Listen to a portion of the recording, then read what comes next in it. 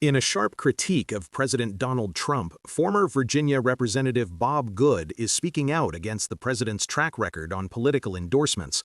Good recently stated on social media that voters would be better off using Trump's endorsements as a guide for who not to vote for. Good, who previously served as the chair of the House Freedom Caucus, lost his Republican primary in 2024 to a challenger backed by the president.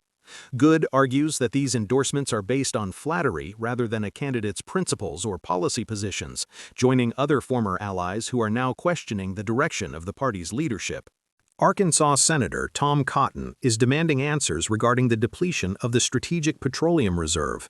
In a letter to the Department of Energy, the Republican lawmaker accused the previous administration of draining the nation's oil stockpile for political gain ahead of the 2022 midterm elections. Cotton claims this decision has left the reserve at a 40-year low, creating potential national security risks as conflicts intensify in the Middle East. While Democrats have recently called to tap the reserve to combat rising gas prices, Cotton argues that the stockpile should be treated strictly as a national security asset rather than a tool to suppress energy costs. A recent poll reveals that Americans are sharply divided over the idea of using the National Guard to monitor polling places during this November's elections.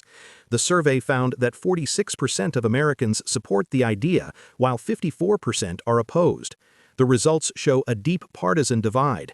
Roughly 3 out of 4 Republicans favor military protection at voting sites, citing concerns over election fraud. Conversely, 3 out of 4 Democrats oppose the measure, expressing fears of voter suppression. Election law experts note that while state governors can deploy the National Guard to support local elections, federal law strictly prohibits the national government from sending soldiers to polling places.